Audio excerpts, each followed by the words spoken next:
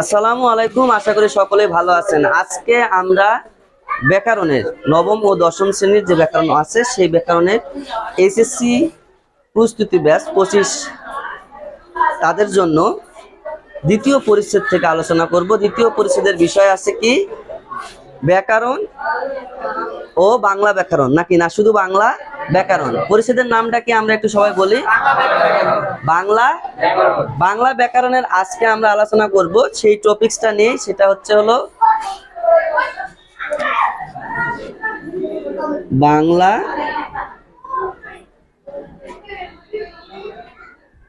আচ্ছা, এখানে যেটা দেওয়া হলো সেটা হলো ব্যাকরণ। আসলে প্রথমে আমরা একটু জানি যে ব্যাকরণ শব্দটার অর্থ কি, এইটা মূলত কি, তারপরে আমরা জানবো বাংলা ব্যাকরণ শব্দটার অর্থ কি, ব্যাকরণটা কিভাবে তৈরি হয়েছে। এটা কেউ বলতে পারবে? কি কি যোগ দিয়ে কেউ কি বলতে পারবেন? কেউ আছে কোনো একজন? আচ্ছা, ব্যাকরণ শব্দের অর্থ কে জানে, এটা যদি আমাকে বলবেন। আচ্ছা, একটু বলেন, জোরে রেসপন্স করবেন। ব্যাকরণ শব্দের অর্থ কি? বিশেষভাবে বিশ্লেষণ। তাহলে আমরা এটার অর্থটা পাইলাম, বিশেষভাবে বিশ্লেষণ করা। তাহলে এইখানে যেটা বলা আছে সেটা হলো বাংলা ভাষার প্রকৃতি, মানে এখন মূলত ব্যাকরণের কাজটা কি, ব্যাকরণ কি করে, ভাষার প্রকৃতি ও স্বরূপ নিয়ে আলোচনা করে। কি করে? ভাষার প্রকৃতি ও স্বরূপ নিয়ে আলোচনা করে। তাহলে ভাষার প্রকৃতি ও স্বরূপ নিয়ে যদি আলোচনা করে, তাহলে ভাষার প্রকৃতি এবং স্বরূপ নিয়ে আলোচনা করতে গেলে কি কি বিষয় আছে। ইতিপূর্বে প্রথম অধ্যায়ের ক্লাসে আমরা অনেক কিছু জানতে পারছি।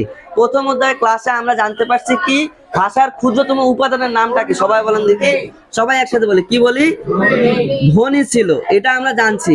এরপরে সেই সাথে কি ছিল, আরেকটা বিষয় ছিল কি শব্দ, আর এর সাথে আরেকটা কিছু বিষয় ছিল বাক্য।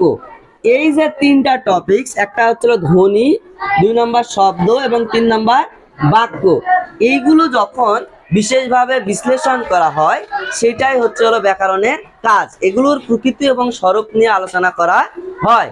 এখন এইখানে যদি আমরা দেখি যে ধ্বনি আছে, শব্দ আছে এবং বাক্য আছে।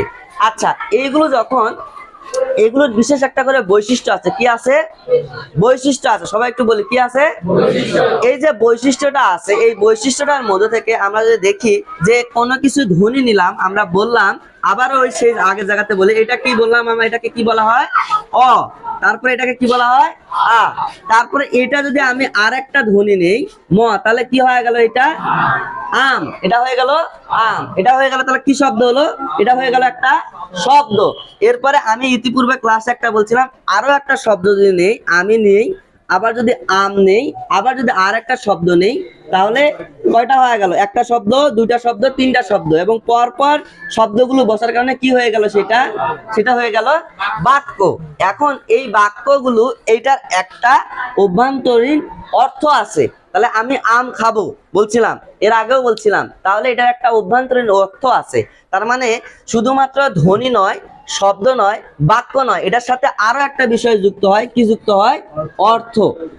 এই যে জিনিসটা আছে, এইগুলো সাধারণত বৈশিষ্ট্য আকারে, যে মানে ব্যাকরণ গ্রন্থে বৈশিষ্ট্য আকারে বা সূত্রের মাধ্যমে যেটা প্রয়োগ করা হয়েছে, এগুলো যদি আমরা পুরোপুরিভাবে ব্যবহার জানি, সেইটাই আজকের আলোচনার বিষয় আছে, বাংলা ব্যাকরণ। তাহলে পরবর্তীতে আমরা দেখতেছি যে ব্যাকরণ মানে বিশেষভাবে বিশ্লেষণ করা। তাহলে এখন আসি আমরা বাংলাটা যুক্ত করে দিই। তাহলে বাংলা ভাষার প্রকৃত স্বরূপ নিয়ে যেটা আলোচনা করে তাকে কি বলা হবে? বাংলা ব্যাকরণ। কি বলা হবে? তাহলে আমরা জানি ব্যাকরণের কাজ কি, ভাষার কি নিয়ে কাজ করা, প্রকৃত স্বরূপ নিয়ে আলোচনা করা। যদি আমরা সেইখানে কি করি, বাংলাটা যুক্ত করে দেই, তাহলে সেটা হবে কি বাংলা ভাষার প্রকৃত স্বরূপ নিয়ে যেখানে বা যে বিদ্যাশাস্ত্রে আলোচনা করা হয় তার নাম কি হবে? বাংলা ব্যাকরণ। এখন বাংলা ব্যাকরণ গেলে প্রথম থেকে আসি আমরা, প্রথমের দিকে যদি আমরা চিন্তা ভাবনা করি এইটা কিভাবে তৈরি হলো, মানে ব্যাকরণের অংশটা কিভাবে আসলো আমাদের মাঝে, সেটা যদি আমরা একটু চিন্তা ভাবনা করে নিয়ে আসি, তাহলে প্রথমের দিকে দেখা গেছে কত সালের দিকে, একটু আমাকে বলেন দেখি, কত সালে? 1743 সালে। কত সালে? 1743 সালে। কত সালে? আচ্ছা, এইটা আমরা মূলত বাংলা ভাষার ব্যাকরণটা পুরোপুরি একদমে একবারে পাই নাই। মানে সরাসরি যে বাংলায় পাবো এটা পায় নাই, অনেক কয়বার পরিবর্তন হয়ে হয়ে এটাতে চলে আসছে। তাহলে 1743 সালে প্রথম কোন ভাষায় রচনা করা হয়? পর্তুগিজ ভাষায় সেই কাজটা করা হয়। কোন ভাষায়? পর্তুগিজ ভাষায়। তাহলে পর্তুগিজ ভাষায় যখন এটা আলোচনা করা হয়েছিল, কে করছিল এটা বলেন দেখি? ম্যানুয়েল দা আসুনসাও। ম্যানুয়েল দা আসুনসাও, এটা একসাথে যুক্ত হবে। মানে প্রথমে স্বরে আছে যে এটা এরকম, বানানটা এরকম আছে, কিরকম আছে এটা দিলাম, আবার আরেকটা আছে, ঠিক আছে, এরপরে এরকম করে দেওয়া আছে, তারপরে দেওয়া আছে নাকি? ঠিক আছে, বানান ঠিক আছে। তাহলে কোথায় চন্দ্রবিন্দু আছে? মুন্তসা, এটা না এটাতে বলেন? এটাতে, এটাতে। আচ্ছা, তাহলে এই যে ব্যক্তি ম্যানুয়েল দা আসুনসাও, ইনি প্রথম কোন ভাষায় রচনা করেন? কত সালে? 1743 সালে ইনি বাংলা এবং পর্তুগিজ অভিধানের সাথে, যে পর্তুগিজ অভিধানে একটা মোটামুটি ভাবে কাজ চালার জন্য কিংবা ভাষাটাকে পুরোপুরি একটা প্রক্রিয়া দেওয়ার জন্য তিনি এইটা পর্তুগিজ ভাষায় প্রথমে 1743 সালে কি করে? রচনা করেন। কিন্তু এইটা ছিল না মোটেও, এটা বাংলা ভাষায় ছিল না। এর পরবর্তীতে দ্বিতীয় ধাপে, এটা হচ্ছে প্রথম ধাপ, এরপরে দ্বিতীয় ধাপে কত সালে বলেন দেখি একটু, আর একবার বলেন কত সালে? আপনারা 1800 যায় না, আমরা তো আসি 1700-তে। 1800-তে দরকার কি, এতদিন পর না তো। কত সাল? 1778 সালে। আবার কে এটা করেন? ইনি কে? এইটা হচ্ছে হলো, আর একবার একটু আমরা যদি বলি, তিনি হচ্ছে হলো নাথানিয়াল। কি? নাথানিয়াল ব্রাসি হেলহেড প্রণীত ইংরেজি ভাষায় রচনা করা হয়। কোন ভাষায়? ইংরেজি ভাষায়। ইনি এইটা রচনা করেন। দেখেন পর্যায়ক্রমে আমরা বাংলা ব্যাকরণটা কিভাবে পাইলাম, সেটা হচ্ছে হলো প্রথমে আমরা দেখতেছিলাম যে বাংলা ব্যাকরণ হলেও সেটি রচনা করা হয়েছিল প্রথমে কোন ভাষায়? এটা কিন্তু অনেকবার পরীক্ষা আসছে যে বাংলা ভাষায় প্রথম রচনা কোন ভাষায় করা হয়েছিল, কত সালে করা হয়েছে, কত সালে? আর এরপরে যিনি করছিলেন তার নাম কি? আচ্ছা, এরপরে যিনি করছেন তিনি কত সালে করছেন? 1700। এরপরে ইনি কোন ভাষায় করেন? ইংরেজি ভাষায় করেন। নাম কি ছিল? Nathaniel Brassey Halhed. এরপরে যেটা করছেন, এটা একটা পূর্ণাঙ্গ ইংরেজি ভাষায় বাংলা ব্যাকরণ রচনা করছিলেন। কিন্তু এরপরে আমাদের পর্ব শেষ হয় নাই। আমরা আসল যেটা আমাদের যেটা ক্ষুধা, সেটা আমাদের মেটে নাই। কারণ আমরা পর্তুগিজ ভাষায় মানে শিখবো বাংলা, বলবো বাংলা, কথা বলবো বাংলা দিয়ে, কিন্তু আমি পর্তুগিজ ভাষায় কেন শিখবো?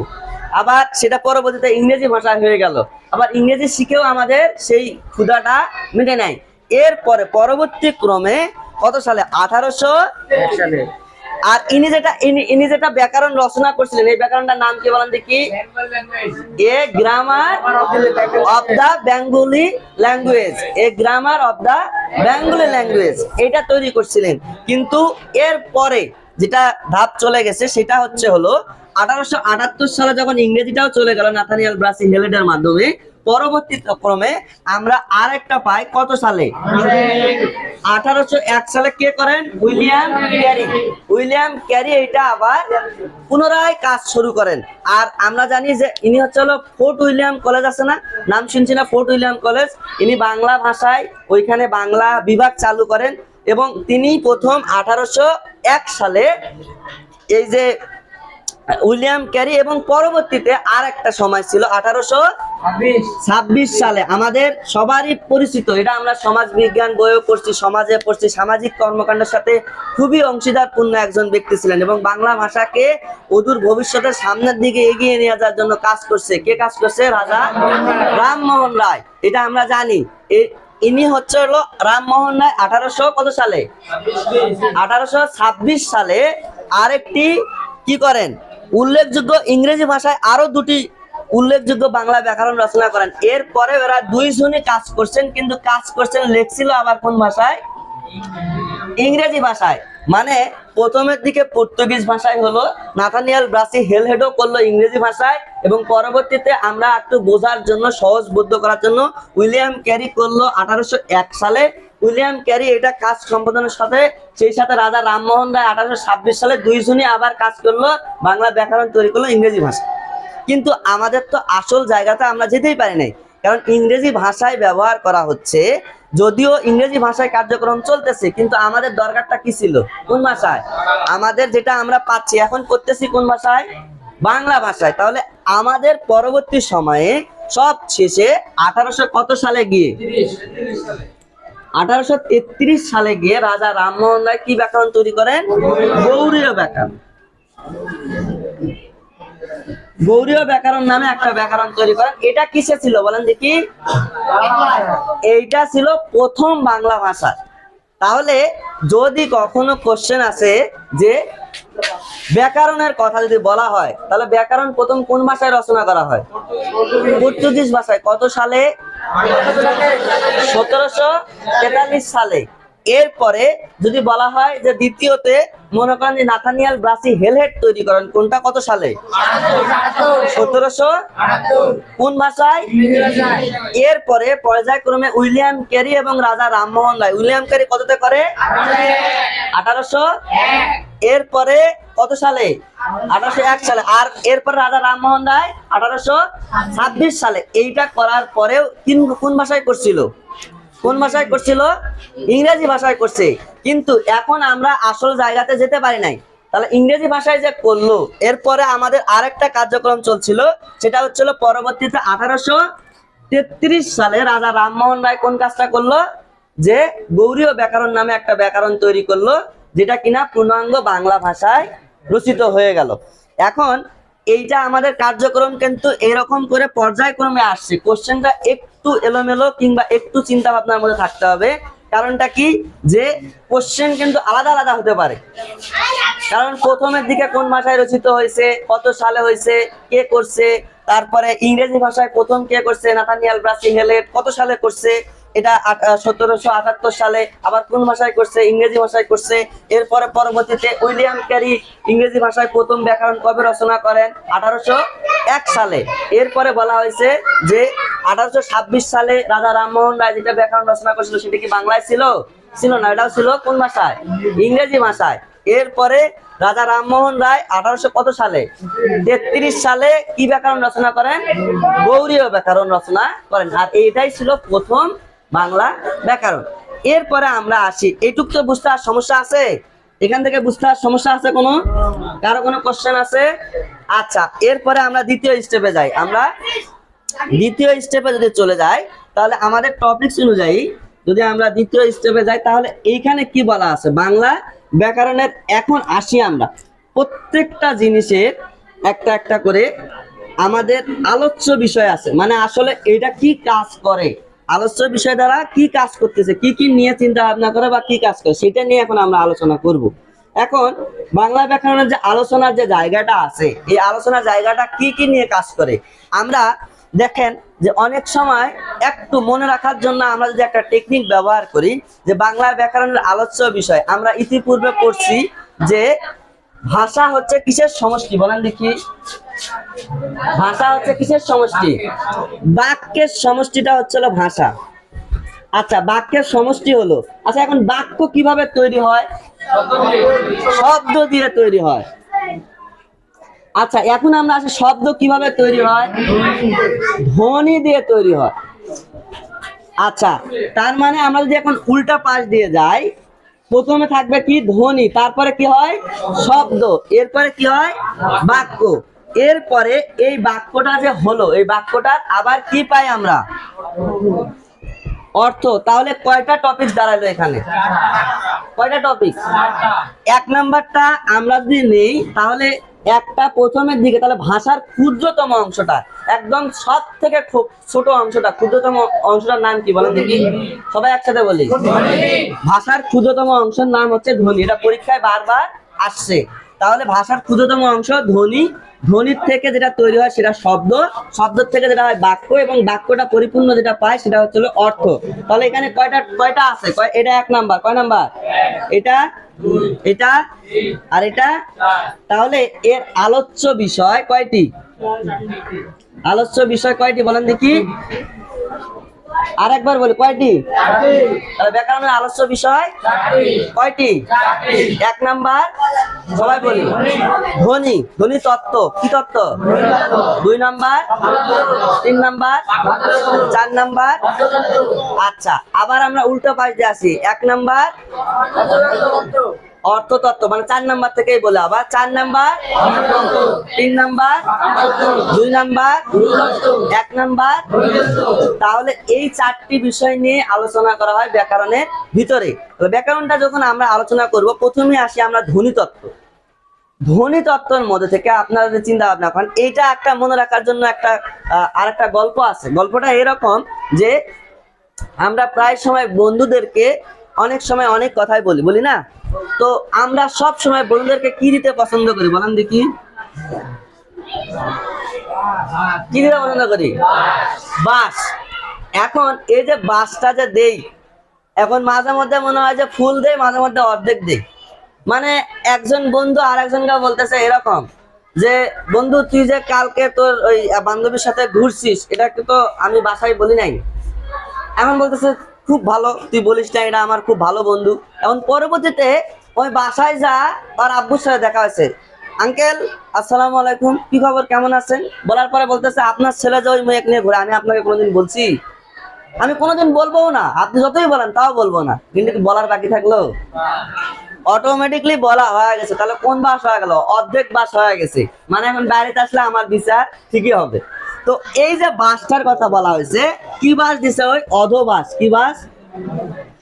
আচ্ছা, এখানে কি বাস লিখলাম বলেন দেখি? অধবাস। এটাকে যদি অতে নেই তাহলে কি আসবে? অর্থ আসবে। ভতে নেই কি আসবে? ধ্বনি আসবে। বতে নেই কি আসবে? বাক্য আসবে। আর যদি স নেই তাহলে কি আসবে? কি বাস?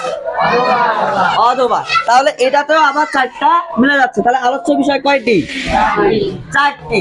তাহলে ধ্বনিতত্ত্ব, শব্দতত্ত্ব, বাক্যতত্ত্ব, অর্থতত্ত্ব। এটা নিয়ে আর কোনো কোশ্চেন আছে? এখন আমরা একে একে ভিতরে যদি যাই, যদি প্রথমে টপিকটা নেই, ধ্বনিতত্ত্ব নিয়ে আলোচনা করি। কোন তত্ত্ব নিয়ে আলোচনা করি? এই যে ধ্বনি তত্ত্বটা নিয়ে আলোচনা করতেছে। আচ্ছা, ধ্বনির মধ্যে কি কি আছে আমাকে একজন বলেন তো? ধ্বনির মধ্যে কি কি আছে? ধ্বনি, ধ্বনি। আচ্ছা, ধ্বনিটা আমরা এখন একটু একটু আমরা চেষ্টা করব ধ্বনিটা কিভাবে তৈরি হয়েছে, কিভাবে সৃষ্টি হয়েছে সেটা আমরা প্রথম থেকে দেখি। ধ্বনি সৃষ্টি করতে গেলে আমরা প্রথমে বলছিলাম এই যে গলনালী লাগে, মুখ বিবর লাগতেছে, ঠোঁট লাগতেছে, দাঁত লাগতেছে, তারপরে নাক লাগতেছে। এইগুলো যে এইগুলো যে লাগতেছে, এইগুলোর মাধ্যমে আমরা সৃষ্টি করতেছি ধ্বনি। তাহলে আমাদের পুরোপুরিটা মিলে কি হয়? বাকযন্ত্র। কি হচ্ছে? এই যে বাকযন্ত্রটা তৈরি হলো, এই বাকযন্ত্র থেকে যেগুলো তৈরি হচ্ছে সেগুলো হচ্ছে ধ্বনি। তাহলে এই ধ্বনির সম্পর্কে যদি আমরা আলোচনা করা হয়, তাহলে এই বাকযন্ত্রে যেগুলো সৃষ্টি করতেছে সেইগুলো একটা ধ্বনি। এবং এই ধ্বনিগুলো আছে কয় ভাগে ভাগ করা হয়েছিল আমরা জানছিলাম? কয় ভাগে? একটা কি ধ্বনি? স্বরধ্বনি। কি ধ্বনি? আর একটা কি ধ্বনি ছিল? এই যে স্বরধ্বনি ছিল, ব্যঞ্জন ধ্বনি ছিল। তার মানে এই ধ্বনি তত্ত্বের মধ্যে যেগুলো আলোচনা করা হয়, বাকযন্ত্র, এরপরে আছে বাকযন্ত্রের সাথে আরো কি আছে? বাকযন্ত্রের উচ্চারণ প্রক্রিয়া, মানে কিভাবে আমরা উচ্চারণ করব। আমরা অনেক সময় উচ্চারণ করতে গিয়ে দেখা যায় যে একটাতে আরেকটা উচ্চারণ করে ফেলতেছি। তো সেইখানে এই ধ্বনি তত্ত্বটা আমাদের শিক্ষা দেয় কোনটা কোন উচ্চারণ হবে। এর সাথে আছে বর্ণমালাগুলো, মানে কোনটা কোন বর্ণমালা সেটা। এরপরে আছে আমাদের এইটার সাথে আর একটা বিষয়, সেটা হচ্ছে হলো স্বরধ্বনি এবং কি ধ্বনি? ব্যঞ্জন ধ্বনি। এইটা নিয়ে কোথায় আলোচনা করা? যদি পরীক্ষায় কোশ্চেন এরকম আসে যে বাকযন্ত্রে ব্যাকরণের কোন অংশে আলোচনা করা হয়, কোন তত্ত্ব তাহলে দিব আমরা? ধ্বনি তত্ত্ব দিব। কি তত্ত্ব দিব? ধ্বনি তত্ত্ব দিয়ে দিলাম। এরপরে আমাদের আরেকটা তত্ত্ব আসলে কোন তত্ত্ব? শব্দ তত্ত্বটা আমরা জানি।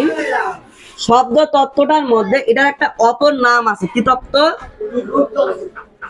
এইটাও অনেকবার পরীক্ষায় আসছে যে রূপ তত্ত্বের অপর নাম কি, বা শব্দ তত্ত্বের অপর নাম কি। তাহলে এইখানে যেহেতু ধ্বনি নিয়ে আলোচনা করা হয়, এখানে কি নিয়ে আলোচনা করা হবে? শব্দ নিয়ে আলোচনা করা হবে। তাহলে শব্দ আলোচনা করতে গেলে কি কি পাই, শব্দের মধ্যে কি কি পাই? আমরা এই শব্দগুলো যখন আলোচনা করি তখন আমরা বিশেষ করে পাই বিশেষ্য, বিশেষণ, তারপরে কি পাই? সর্বনাম, ক্রিয়া, ক্রিয়া বিশেষণ। এই যে বিষয়গুলো আছে এরকম 8টি আছে, আবেগ আছে, যোজক আছে, অনুসর্গ আছে। এগুলো কোন তত্ত্বে আলোচনা করা হয়? শব্দ তত্ত্বে আলোচনা করা হয়। আরেকটা বিষয় আছে, তাহলে এই যে শব্দ তত্ত্বের অপর নাম কি বলেন তো? সবাই একটু জোরে বলে, কি তত্ত্ব? রূপ তত্ত্ব। মনে না থাকলে বলবেন যে বান্ধবীদের সাজুগুজু তত্ত্ব। শব্দ তত্ত্বের অপর নাম সাজুগুজু তত্ত্ব। কি তত্ত্ব? সাজুগুজু তত্ত্ব হচ্ছে রূপ তত্ত্ব। ঠিক আছে, এটা বোঝার জন্য বললাম। এখন হচ্ছে এইটা যে দিলাম, এরপরে আর একটা টপিক নিয়ে কথা বলি, সেটা হচ্ছে হলো কোন তত্ত্ব বলেন দেখি? বাক্য তত্ত্ব। এখন আমরা ধ্বনি নিয়ে আলোচনা করলাম, বাকযন্ত্র পাইলাম, বিশেষ্য বিশেষণ সবকিছু নিয়ে আলোচনা করলাম। এখন এই বিশেষ্য বিশেষণ দিয়ে যেটা তৈরি করা হচ্ছে সেটা হচ্ছে পুরোপুরি একটা কি বলে? বাক্য। কি তৈরি করা হচ্ছে? বাক্য। এই বাক্য তত্ত্বে আমাদের বাক্য নিয়ে আলোচনা করা হয় এবং এইখানে আছে বাক্যের উক্তি আছে, এরপরে আছে আপনার হচ্ছে হলো রূপান্তর আছে, কারক আছে, এরপরে বাক্যের যোগ্যতা, বাক্যের উপাদান, তারপরে জ্যোতিচিহ্ন। এটা একটা খুব গুরুত্বপূর্ণ কোশ্চেন, এইটা বারবার আসে যে জ্যোতিচিহ্ন কোন অংশে আলোচনা করা হয়। তাহলে কি দিব আমরা বলেন দেখি? কারণ বাক্য লিখতে গেলেই তো জ্যোতিচিহ্ন ব্যবহার হয়, দাড়ি কমা এগুলো কোথায় ব্যবহার হয়? বাক্যতেই ব্যবহার হয়। তাহলে জ্যোতিচিহ্ন কোথায় ব্যবহার হয় যদি পরীক্ষায় আসে, কি দিব? বাক্য তত্ত্ব। একদম চোখ বন্ধ করে, নাকি না কি বলছিলাম? চোখ খোলা রেখেই দিতে হবে, কারণ চোখ বন্ধ করে আবার অন্য জায়গার যেন না দেই। তাহলে এইটাও গেল। এখন এই বাক্য তত্ত্বের আর একটা কোশ্চেন আসছিল পরীক্ষাতে। বাক্য তত্ত্বের আর একটা কোশ্চেন আসছিল না? কি আসছিল দেখেন, বাক্য তত্ত্বটা আমরা যখন সাজাই, এই বাক্য তত্ত্বটাকে সাজাইতে গেলে একটা জিনিস হয়ে যায় কিরকম, যে শব্দ তত্ত্বটা থেকে আমরা নিলাম, নেওয়ার পরে একটা একটা করে বাক্য লিখতেছি, মানে পুরা বাক্যটা লিখলাম। তাহলে এই পুরা আমি স্কুলে যাব, পুরোটা মিলে কি হয়েছে বলেন দেখি? একটা বাক্য। কিন্তু এগুলো আলাদা আলাদা একটা হচ্ছে হলো কি বলেন দেখি? শব্দ বা পদ হয়। আর এই বাক্য তত্ত্বের আবার অপর নাম পরীক্ষাতে কোশ্চেন আছে, কি আছে? আসছিল না পরীক্ষায়? আসছিল। আমরা অনেকে এটা আবার মিস্টেক করছিলাম, তো আশা করা যায় আর মিস্টেক হবে না। তাহলে ধ্বনি গেল, বাক্য গেল, আবার শব্দও গেল, আর সর্বশেষ একটা থাকলো কি বলেন দেখি? অর্থ। তাহলে এইগুলো যে বাকি যে অংশটুকু আছে, বাকি যে কাজগুলো আছে, এইটা পুরোপুরি যে শব্দ নিলাম, ধ্বনি নিলাম, ধ্বনি নিয়ে তৈরি করলাম, তৈরি করার পর বাক্য করলাম, পদক্রম করলাম। এখন আমরা আসি যে অর্থতত্ত্ব। ব্যাকরণের যে অংশে শব্দ, বর্গ, বাক্যের অর্থ নিয়ে আলোচনা করা হয়, ব্যাকরণের যে অংশে শব্দ, বর্গ কিংবা অর্থ নিয়ে আলোচনা করা হয়, সেটা কোন তত্ত্ব? অর্থতত্ত্ব। কি তত্ত্ব? অর্থতত্ত্ব। এই অর্থতত্ত্বের মধ্যে থেকে আমরা বিশেষ করে যে মুখস্থর বিষয়গুলো আছে, কি বিষয়গুলো আছে? মুখস্থ। কি শব্দ? বিপরীত শব্দ। তারপর কোন শব্দ? সমর্থক শব্দ। এরপরে আর কি আছে বলেন দেখি? প্রতিশব্দ। প্রতিশব্দ আর সমর্থক শব্দ কি একই জিনিস। এরপরে আরো আছে বাগধারা। কি আছে? বাগধারা আছে। এবার শব্দ জোড়া আছে। এই সমস্ত সবকিছু নিয়ে কোথায় আলোচনা করা হয়? অর্থতত্ত্ব আলোচনা করা হয়। কোন তত্ত্ব আলোচনা করা হয়? আমরা এখন বোর্ড বইয়ের যে কয়েকটা এমসিকিউ আছে, সেই এমসিকিউ গুলো একটু সলিউশন করার চেষ্টা করব। আমরা একটা বোর্ড বই নিব, বোর্ড বই থেকে যে এমসিকিউ গুলো আছে সেগুলো আমরা সলিউশন করব। জানো আমরা অ্যান্সার কি শিখলাম সেটা একটু দেখে নিয়ে আমরা ক্লাসটা শেষ করব। দেখেন এখানে আছে ভাষার প্রকৃতি নিয়ে আলোচনা করা হয় কোথায়? সবাই একসাথে। আচ্ছা, বাংলা ব্যাকরণ প্রথম প্রকাশিত হয় কত সালে? কত সালে? এর পরের কোশ্চেনটা আছে ইংরেজি ভাষায় লেখা প্রথম বাংলা ব্যাকরণের রচয়িতার নাম কি? Nathaniel Brassey halide. এরপরে কোশ্চেনটা গৌড়ীয় ব্যাকরণ কে রচনা করছে? ব্রাহ্মণ। আপনাদের পড়তে হচ্ছে, আবার পড়তে হচ্ছে কষ্ট করে, এগুলোর অ্যান্সার আপনারা দিতে পারতেছেন তো? এগুলো আমরা আলোচনা করছি। ভাষার ক্ষুদ্রতম অংশ? পারবো। এরপরে বাকযন্ত্রে ব্যাকরণের কোন অংশ আলোচ্য বিষয়? কোন তত্ত্ব? এরপরে দেওয়া আছে শব্দ অর্থের বৈচিত্র্য নিয়ে আলোচনা করা কোথায়? অর্থতত্ত্বে। এরপরে দেওয়া আছে যে নিচের কোনটি রূপতত্ত্বের আলোচ্য বিষয়? রূপতত্ত্বটা আমরা জানি যে রূপতত্ত্বের অপর নাম কি? শব্দতত্ত্ব। তার মানে শব্দতত্ত্বের যে আলোচ্য বিষয় সেটা নিয়ে আলোচনা করবো। বাচ্য বা উক্তি, এটা তো আমরা সবাই জানি। বাচ্য উক্তিটা কোথায়? বাক্যতত্ত্বে। এরপরে 10 নম্বর কোশ্চেনটা আছে শব্দ গঠন নিয়ে আলোচনা করা হয় কোথায়? শব্দ গঠন কোথায় আলোচনা করা হয়? শব্দতত্ত্ব। এখানে দেওয়া আছে ধ্বনিতত্ত্ব বা রূপতত্ত্ব, অর্থতত্ত্ব। তাহলে শব্দ গঠন নিয়ে আলোচনা করা হয় রূপতত্ত্ব। কোন তত্ত্ব? কারণ রূপতত্ত্বের অপর নাম কি তত্ত্ব? শব্দতত্ত্ব। তাহলে এই ছিল আজকের আমরা 10টা কোশ্চেন পারছি। আশা করি সকলেই বুঝতে পারছেন। একটু আমরা ইনশাআল্লাহ যদি ক্লাসটি ভালো লাগে থাকে সবাই একটু দেখবেন, পরবর্তীতে ক্লাসের জন্য আমাদের উৎসাহিত করবেন। ছোট্ট একটা উৎসাহ আমাদেরকে নানান ধরনের কাজে অনুপ্রেরণা দিবে। আশা করি সকলে ভালো থাকবেন, সুস্থ থাকবেন। আল্লাহ হাফেজ।